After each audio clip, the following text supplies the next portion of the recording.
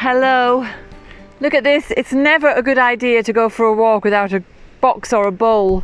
I've had to leave as many again on the briars, so I'm going to take these in and get my hands free. Come on, dogs.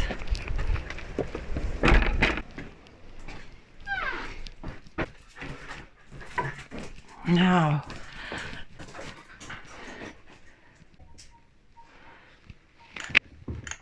Wow, what a wild and blustery day.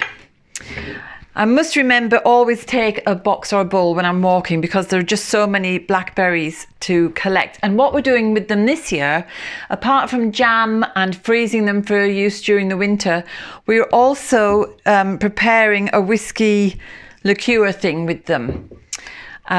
It's in the Riverside Cottage Christmas book. You just put them into your Kilner jar, cover them with whiskey and leave them to sit for at least 3 months up to 3 years. So we're going to try and be good and leave them until next Christmas, not the coming Christmas. So wow, what a blustery day it was out there. We did have a couple of days of lovely weather, so I have made more progress on the wall outside. I've laid more of the wall and I've plastered the bits that were already done, so that's good. But since then we've had torrential rain, so I haven't been able to move any earth because it would just be too heavy and too big a job in that kind of horrible weather. But it is worrying at the moment, this weather, because here we are, we're in Lughnasadh, which is August in Irish. But Lughnasadh also represents the grain harvest, the first fruits, and we've had so little sun that I can guarantee this year's harvest is not going to be much to celebrate, I don't think, because a lot of people are already talking about there's going to be a shortage of hay, there's going to be a shortage of cereal grains, and it makes us realise just how important it is that we have sunlight and summer days. And certainly I can see the difference in my garden. I've just been thinking about this whole relationship with the sun, because Lughnasadh is one of the fire festivals on the Wheel of the Year, and we build a fire to replicate the sun and to become into a state of mind where we're grateful for the sun's light and the sun's warmth and the illumination, and how the sun is responsible for helping our crops to grow and the grain to ripen and the fruit to ripen. And that is why we celebrate Lughnasadh here, because Lughnasadh means Lugh's gathering, and it was an assembly. People all assembled together to celebrate the grain harvest and to celebrate the abundance of the earth. And so it's not just Lugh's festival, because the festival was in fact funeral games and a kind of a big wake for his foster mother, Celtic. And Celtic was an ancient earth goddess who cleared all the boulders and the rocks and the forest so that people could grow their crops. So she's an earth goddess. She was reputed to have devised the first law system, and she's very much a goddess who is looking after the sovereignty of the people so that they can be independent, they can have food independence. And really it's her that we're celebrating, because it's a time of, it was a time of early agriculture, and so that was the planting of crops and the planting of grain. So our ancestors knew that we couldn't do any of those things and expect results without the beneficence of the sun. And that's why people lit their bonfires. I don't believe they were worshipping the sun. I think they were showing gratitude and respect to the sun. It brings to mind the fact that the earth cannot produce our food without the light of the sun. The two powers are working together for our benefit. The sun represented by Lugh and the earth represented by Celtic. So that relationship between earth and sun can't really be ignored or denied. And I know lots of you, and me as well, we already venerate the sacred earth, and we might be reciprocal with our harvestings, and we might think about the earth when we're walking about and, you know, give thanks. But also, let's give thanks to the sun. I'm looking over there because that's where the sun rises for me. And that's why people light their bonfires. It's like sympathetic magic was saying, hey, sun, look what we've got here.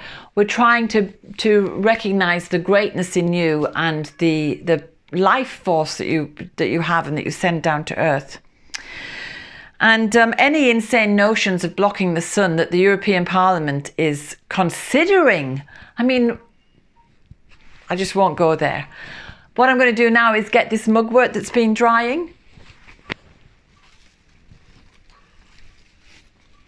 And this is going to go into my lavender bags as well, because it's too blustery and windy outside to do the things that I want to do. So I've got my lavender buds here. I've got mugwort. And the reason I'm putting mugwort into these lavender bags is because they're going to be little sleep pillows, or dream pillows rather. They're going to go under your pillow, and they're going to ensure that you have wonderful dreams. And not just that you'll have wonderful dreams, but that you can work with your dreams to make them become a reality. So it's back to that idea of creating and manifesting, dreaming something into being. And that's where the mugwort comes in. Mugwort is Artemisia, so it's ruled by the moon. It's very much under the influence of the moon. So its silvery leaves can give us an indication of that. And it smells beautiful, and the lavender smells beautiful. So the lovely combination is going to assist our dreaming. We might be able to set an intention to dream of something that we want to come to pass, or we might receive some kind of divination through the dreams, or we might enjoy some lucid dreaming, or we might just enjoy a really good night's sleep.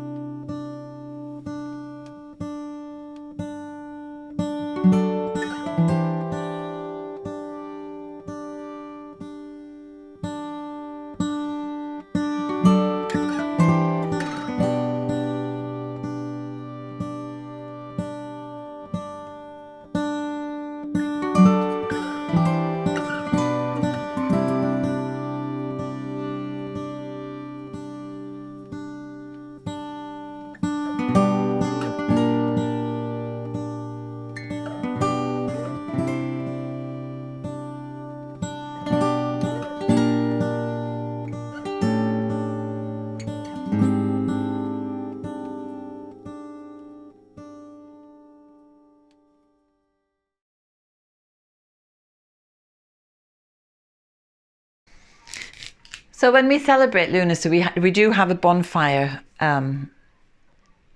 partially because Lugh is a sun god in Irish mythology, but also because the 8 festivals of the Celtic year are all to do with agriculture and different times of the year, whether you're sowing seeds, whether the plants are coming up, whether you're harvesting them, whether it's the seed fall when we get to Samhain, when the seeds begin to fall, and then we go into the dark of winter when everything's resting. So we have a bonfire at each of these festivals because our ancestors recognized the vast power of the sun, the importance of the sunlight on everything that they were doing as part of that agricultural year. And I think it's, you know, we take so many things for granted today, don't we? We nip into the supermarket when we want some milk or bread. Whoever stops to think about where does it come from? it's the same with anything we eat or drink. Where does it come from? And clothes that we wear, where does it all come from? How much water does it take, for example, to create a yard of cotton fabric? We don't know any of these things. If we knew those things, we'd be maybe a bit more circumspect about how we manage our resources. So at least with the Celtic festivals of the year, when we have our bonfires, it does give us that opportunity to pause for thought and think about, what are we doing here? We're actually acknowledging the role that the sun has in our lives at the most basic level, the most primitive level of survival. So that's why I do enjoy these festivals of light. And of course, if you look at Imbolc, which is February the 1st, in the Christian tradition, it's called Candlemas because you're lighting candles, which I suppose demonstrate the first little rays of light coming back after the dark winter. It's just like a little candle flame. And by the time we get to Lughnasadh, we've got this huge bonfire because the sun is blazing. And then it begins to, to die away as we go into the dark of winter afterwards. So these fire festivals are one way to keep connected to where everything comes from and to remind us to be grateful for life on this planet, which is thanks to the sun. And hopefully any insane notions of blocking that light will definitely not come into reality. So here I am, I'm working away with my mugwort and lavender to make these sleep pillows, dream pillows. I'm going to get on with it now. And I'll see you next week and hope you have a lovely light week full of sunshine. Bye-bye.